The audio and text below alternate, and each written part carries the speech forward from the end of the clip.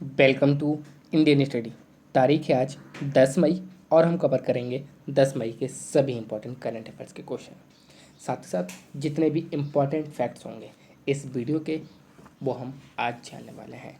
तो यदि अभी तक किसी ने हमारे चैनल को सब्सक्राइब नहीं किया है तो जल्दी से चैनल को सब्सक्राइब कर लीजिए। और यदि पीडीएफ आप लोग चाहते हो इस वीडियो की बिल्कुल फ्री में तो आप हमारे टेलीग्राम चैनल को ज्वाइन कर सकते हो। इंडियन स्टडी आपको सिंपल से सर्च करना है टेलीग्राम पर जाके। वहाँ पर यदि आप नहीं कर पा रहे हो तो ये आप टेलीग्राम का लिंक भी डाल सकते हो जो कि आपको डिस्क्रिप्शन में भी दिया गया है। और यदि वो भी नहीं कर पा रहे हो आप तो आपके लिए एक और सुविधा दी गई है यहाँ पर व्हाट्सएप की। तो आप यहाँ पर व्हाट्सएप पर भी जुड़ सकते हो जिसका भी लिंक आपको कहाँ पर दिया गया है, हमारे टेलीग्राम चैनल पर दिया गया है। ठीक है, तो ये दोनों बात आपको याद रखनी है। यदि पीडीएफ आप फ्री में चाहते हो तो आप बिल्कुल ले सकते हो।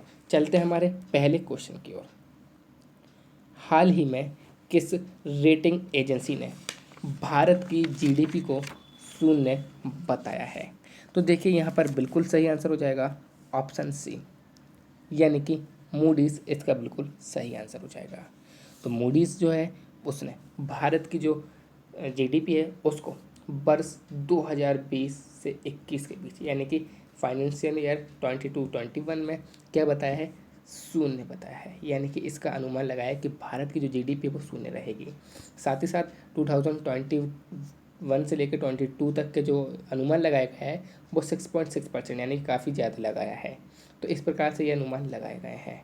परंतु यदि बात की जाए रिसेंटली कुछ इम्पोर्टेंट जो कि अनुमान लगाए गए हैं भारत की जीडीपी को लेकर, जैसे कि यदि बात की जाए सबसे पहले यूएन की, तो यूएनएन ने 4.8% लगाया है। फिच रेटिंग की बात की जाए तो फिच और S&P दोनों ही ने 1.8% लगाया है। जबकि वर्ल्ड बैंक की बात की जाए तो वर्ल्ड बैंक ने बोला है कि 1.5 से लेकर 2.8 के बीच रहेगी। और मूडीज़ की तो आपको पता ही चल गया है। बचा क्या? एडीबी। तो एडीबी ने 4% लगाया है। तो ये सारी आपको याद रखनी है, ये ज़रूरी है क्योंकि किसी न किसी की आपको रेटिंग पूछी जाएगी। ठीक है, अब यदि बात की जाए मूडीज़ की तो इसकी स्थापना 1909 में हुई थी। अमेरिका इसका मुख्यालय, संस्थापक जॉन मूडी हैं। हाल ही में भारत ने किस देश के साथ कोकिंग कोल के लिए समझौता किया है? तो यहाँ पर बिल्कुल सही आंसर हो जाएगा ऑप्शन बी, यानी कि रूस इसका बिल्कुल सही आंसर हो जाएगा। तो भारत की कंपनी है कोल इंडिया, उसने रूस के साथ क्या किया है? कोकिंग कोल के लिए समझौता किया है। अब कोकिंग कोल, तो कोकिंग कोल वह कोल होता है, यानी कोयला होता है जो कि हमारा कोक के लिए क्या किया जाता है? यूज़ किया जाता है। अब यदि बात की जाए रूस की, तो रूस जिसकी राजधानी मॉस्को है, व्लादिमीर पुतिन यहाँ के राष्ट्रपति हैं, मिखाइल मिशुस्तिन इसके प्रधानमंत्री हैं। मुद्रा क्या है? रूसी रूबल यहाँ की मुद्रा होगी। नेक्स्ट क्वेश्चन की ओर चलते हैं। विश्व प्रवासी पक्षी दिवस कब मनाया गया है? तो इसका बिल्कुल सही आंसर हो जाएगा ऑप्शन ए, यानी कि 9 मई इसका बिल्कुल सही आंसर हो जाएगा। तो 9 मई को वर्ल्ड माइग्रेटरी बर्ड डे मनाया गया है। और इसकी जो थीम जो कि इम्पोर्टेंट हो जाती है, तो थीम क्या रही है? वर्ड्स कनेक्ट अवर वर्ल्ड, ये इसकी थीम रही है। अब इसको मैंने क्यों लिया? एक इम्पॉर्टेंट इसलिए है क्योंकि इसको 9 मई को भी मनाया जाना है और 10 अक्टूबर को भी मनाया जाएगा। तो ये एक ऐसा दिवस है जो 2 बार मनाया जा रहा है एक साल में। तो ये भी बात आपको याद रखनी है। 9 मई 10 अक्टूबर दोनों ही दिन ये मनाया जाएगा। और घोषणा किसने की है? यूएन यानी कि यूनाइटेड नेशन, संयुक्त राष्ट्र ने ये घोषणा की है। ठीक है, तो विश्व प्रवासी पक्षी दिवस 9 मई। ठीक है, इसको जो थीम है वो भी लिखिए, वर्ड्स कनेक्ट अवर वर्ल्ड, ये भी लिखिए। और ये 10 अक्टूबर को ही मनाया जाना है। हाल ही में किस राज्य ने पान मसाला को 1 साल तक के लिए बैन किया है? तो यहाँ पर बिल्कुल सही आंसर हो जाएगा ऑप्शन सी, यानी कि झारखंड इसका बिल्कुल सही आंसर हो जाएगा। तो झारखंड की जो राज्य सरकार है उसने क्या किया है? पान मसाला को 1 साल तक के लिए बैन कर दिया है। अब यदि बात की जाए झारखंड की, तो इसकी राजधानी क्या है? रांची है। मुख्यमंत्री हेमंत सोरेन हैं। द्रौपदी मुर्मू यहाँ के राज्यपाल हैं। डॉक्टर रवि रंजन यहाँ के मुख्य न्यायाधीश हैं। राज्यसभा की सीट 6 हैं, लोकसभा की सीट 14 है। और ये रहा भारत के नक्शे में झारखंड। ठीक है, अब यदि बात की जाए, आपसे क्वेश्चन पूछा जाएगा कि पान मसाला की श्रेणी पर प्रतिबंध लगाने वाला पहला राज्य, तो हो जाएगा महाराष्ट्र। क्या हो जाएगा? महाराष्ट्र। दूसरा राज्य पूछा जाए तो हो जाएगा बिहार। और तीसरा पूछा जाए तो राजस्थान। तो ये 3 स्टेट आपको याद रखना है, पहला महाराष्ट्र, दूसरा बिहार और तीसरा राजस्थान। ओके, चलिए नेक्स्ट क्वेश्चन। हाल ही में ICMR यानी कि Indian council of medical research ने कोविड-19 टेस्टिंग किट की डिलीवरी के लिए किसके साथ हाथ मिलाया है? तो यहाँ पर बिल्कुल सही आंसर हो जाएगा ऑप्शन बी, यानी कि भारतीय डाक इसका बिल्कुल सही आंसर हो जाएगा। तो ICMR ने जो कोविड-19 की टेस्टिंग किट है उनकी डिलीवरी के लिए क्या करा है? भारतीय डाक से हाथ मिलाया है। तकरीबन 1 लाख कोविड-19 की ये काफ़ी किट हैं, परंतु उनका जो उद्देश्य है वो उद्देश्य ये है कि 1 लाख टेस्टिंग जो है वो प्रतिदिन पूरे देश में की जाए। इस योजना पर ICMR काम कर रहा है। अब यदि बात की जाए भारतीय डाक की, तो इसकी स्थापना हुई थी 1 अक्टूबर 1854 में, नई दिल्ली में इसका मुख्यालय है। रविशंकर प्रसाद इसके क्या हैं? मंत्री हैं। जैसा कि मैं आप लोगों से डेली बोलता हूँ, प्लीज़ आप लोग जरूर एक वृक्ष लगाइए अपने घर में, मोटिवेट करिए दूसरों को भी, क्योंकि हमारी सांसें हो रही हैं कम और पेड़ लगाना जरूरी हो गया है हम सभी के लिए। चलते हैं ICMR की ओर, यानी कि Indian council of medical research, जिसकी स्थापना 1911 में हुई थी। नई दिल्ली में इसका मुख्यालय है। डॉक्टर वल्लभ भार्गव इसके महानिदेशक हैं। हाल ही में कैलाश मानसरोवर की यात्रा के लिए नए मार्ग का उद्घाटन किसने किया है? तो यहाँ पर बिल्कुल सही आंसर हो जाएगा ऑप्शन सी, यानी कि राजनाथ सिंह यहाँ पर बिल्कुल सही आंसर हो जाएगा। तो राजनाथ सिंह ने कैलाश मानसरोवर की यात्रा के लिए एक नए मार्ग का उद्घाटन किया है। अब इसके बारे में हम जानते हैं। तो पहली बात तो ये मार्ग जो है वो हमारा 80 किलोमीटर लंबा मार्ग है और BRO के द्वारा बनाया गया है, और इसको जो नाम दिया गया है वो दिया गया है लिंक रोड। क्या नाम दिया गया है? लिंक रोड बनाया गया है। अब कहाँ से कहाँ तक है? तो धारचूला जो कि उत्तराखंड पड़ता है, क्या है? धारचूला उत्तराखंड से लेकर ये लिपू लेक जो कि चीन की सीमा तक है, वहाँ तक ये बनाया गया है।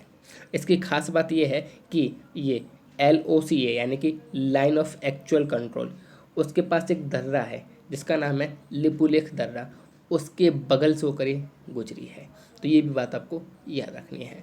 ठीक है, तो सबसे पहले तो किसने? राजनाथ सिंह ने। कितने किलोमीटर लंबी? तो 80 किलोमीटर लंबी। किसने बनाई? BRO ने बनाई। कहाँ पर है? तो LOC के पास है, लिपुलेख दर्रे के पास है। कहाँ से कहाँ तक है? धारचूला यूके से लेके लिपुलेख तक, जो कि चीन की सीमा है। अब यदि बात की जाए किसने बनाई है? BRO ने बनाई है। पहले तो राजनाथ सिंह को देख लीजिए। अब BRO की बात करेंगे, बॉर्डर रोड्स ऑर्गेनाइजेशन, जिसकी स्थापना हुई थी 7 मई 1960 में। नई दिल्ली में मुख्यालय है। लेफ्टिनेंट जनरल हरपाल सिंह हैं। अब यदि बात की जाए BRO, तो BRO के द्वारा भी रिसेंटली 2 पुल बनाए गए हैं। एक तो डोपी राजू ब्रिज जो कि अरुणाचल प्रदेश में बनाया गया है, और एक पंजाब में बनाया गया है। एक और पुल बनाया गया है जो कि पंजाब को सभी हिस्सों से जोड़ रहा है। तो ये भी आपको याद रखना है। किस बैंक ने कोविड-19 से लड़ने के लिए $500 मिलियन की मंजूरी दी है? तो भारत को, ठीक है, तो भारत को किस बैंक ने कोविड-19 से लड़ने के लिए $500 मिलियन की मंजूरी दी है? तो यहाँ पर बिल्कुल सही आंसर हो जाएगा ऑप्शन डी, यानी कि ACI इंफ्रास्ट्रक्चर इन्वेस्टमेंट बैंक इसका बिल्कुल सही आंसर हो जाएगा। तो इन्वेस्टमेंट बैंक ने क्या किया है? हमको $500 मिलियन दिए हैं ताकि हम कोविड-19 से लड़ सकें। अब यदि बात की जाए AIIB यानी कि एशियन इंफ्रास्ट्रक्चर इन्वेस्टमेंट बैंक की, जिसकी स्थापना हुई थी 16 जनवरी 2016 में, बीजिंग चाइना इसका मुख्यालय है। राष्ट्रपति जिन हैं। हाल ही में कितने एयरफील्ड्स को आधुनिक बनाने के लिए रक्षा मंत्रालय ने टाटा पावर के साथ समझौता किया है? तो यहाँ पर बिल्कुल सही आंसर हो जाएगा ऑप्शन सी, यानी कि 37 यहाँ पर बिल्कुल सही आंसर हो जाएगा। तो एयरफील्ड्स यानी कि आप देखते होंगे एयरपोर्ट पर जहाँ पर हमारे प्लेन लैंडिंग करते हैं और यहाँ से उड़ते हैं, उसको हम लोग एयरफील्ड्स बोलते हैं। और इन एयरफील्ड्स को आधुनिक बनाने के लिए रक्षा मंत्रालय ने टाटा पावर के साथ क्या किया है? समझौता किया है। अब यदि बात की जाए मिनिस्ट्री ऑफ डिफेंस या फिर रक्षा मंत्रालय की, इसकी स्थापना 15 अगस्त 1947 में हुई थी। मुख्यालय नई दिल्ली में है और रक्षा मंत्री अभी भी आपको बताया था राजनाथ सिंह हैं। हाल ही में संजीवनी वाहन किस राज्य में शुरू किया गया है? तो यहाँ पर बिल्कुल सही आंसर हो जाएगा ऑप्शन ए, यानी कि मध्य प्रदेश इसका बिल्कुल सही आंसर हो जाएगा। अब देखिए, मध्य प्रदेश में संजीवनी वाहन लॉन्च किया गया है। अब ये है क्या?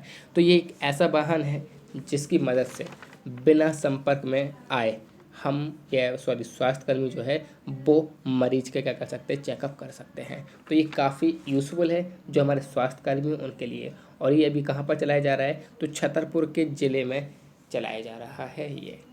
अब यदि बात की जाए संजीवनी वाहन, तो वाहन से हमारे दो इंपॉर्टेंट क्वेश्चन बनते हैं। तो एक तो ये कि तिरंगा वाहन किस राज्य में चलाया गया, तिरंगा वाहन किस राज्य में चलाया गया, तो ये चलाया गया था हमारा केरल में। साथ ही साथ पहली कोविड-19 टेस्टिंग बस ये किस शहर में चलाई गई, तो ये चलाई गई हमारी मुंबई में। तो याद रखना है, संजीवनी वाहन मध्य प्रदेश हो जाएगा, तिरंगा वाहन केरल हो जाएगा, और पहली कोविड-19 टेस्टिंग बस तो मुंबई यहाँ पर सही आंसर हो जाएगा। अब मध्य प्रदेश की यदि बात की जाए तो इसकी राजधानी क्या है, भोपाल है, मुख्यमंत्री शिवराज सिंह चौहान है, राज्यपाल लालजी टंडन है, मुख्य न्यायाधीश अजय कुमार मित्तल हैं, राज्यसभा की सीट 3 और लोकसभा की सीट 29 हो जाएंगी। अब कल ही मैंने आपको एक क्वेश्चन पढ़ाया है कि मध्य प्रदेश जो है वो छात्रों को मिड डे मील राशन उपलब्ध कराने वाला पहला राज्य बन गया है। तो ये क्वेश्चन भी आपको याद रखना है। हाल ही में भारतीय औषधि महानियंत्रक ने कोविड-19 के लिए कितनी औषधियों के परीक्षण को मंजूरी दी है, तो यहाँ पर बिल्कुल सही आंसर हो जाएगा ऑप्शन ए, यानी कि 2 जो औषधियाँ हैं उनको मंजूरी दी गई है भारतीय औषधि महानियंत्रक द्वारा, और जो दवाइयाँ हैं वो ICMR इसकी परमिशन लेना चाहता था। तो ICMR को परमिशन दी गई है, और किसके द्वारा दी गई है, तो भारतीय औषधि महानियंत्रक के द्वारा दी गई है। अब यदि बात की जाए कौन कौन सी औषधि हैं, तो पहली और दूसरी दोनों के लिए मैं आपको नाम बताता हूँ। पहली का नाम है फाइटोफार्मास्यूटिकल। क्या है, फाइटोफार्मास्यूटिकल। ये एक प्रकार की जड़ी बूटी है जो पौधे के तत्व से बनती है। दूसरी जो औषधि है उसका नाम है फेविपिराविर। क्या नाम है, फेविपिराविर, जो कि एक इन्फ्लुएंजा रोधी दवा है। क्या है, इन्फ्लुएंजा रोधी दवा है, जिसका आमतौर पर यूज़ जो है वो जापान और चीन करते हैं। ठीक है, अब इसकी टेस्टिंग की जाएगी, यदि कुछ इससे रिजल्ट मिलता है तो ये कोविड-19 में हमारे लिए काफ़ी मददगार साबित हो सकती है। अब यदि बात की जाए CSIR की, यानी कि council of scientific and industrial research, वहाँ में ICMR बोल रहा था, ये ICMR नहीं CSIR है। तो ओके, सॉरी, गलती से मैंने ICMR बोल दिया था वहाँ पर। तो 26 सितंबर 1942 में इसकी स्थापना मुख्यालय नई दिल्ली में, अध्यक्ष अर्कोट रामास्वामी मुदलियार हैं। कल का प्रश्न जो कि आप लोगों ने कमेंट बॉक्स में आंसर दिया था, तो बिल्कुल सही आंसर दिया था। सभी इसी प्रकार से आंसर दीजिए करिए, बिल्कुल सही आंसर दिया था, यानी कि तरुण बजाज यहाँ पर बिल्कुल सही आंसर था। नेक्स्ट क्वेश्चन यानी कि आज के प्रश्न क्यों चलते हैं। प्रत्येक जिले के अस्पतालों में वेंटिलेटर वाले बेड की सुविधा प्रदान करने वाला देश का पहला राज्य बना है।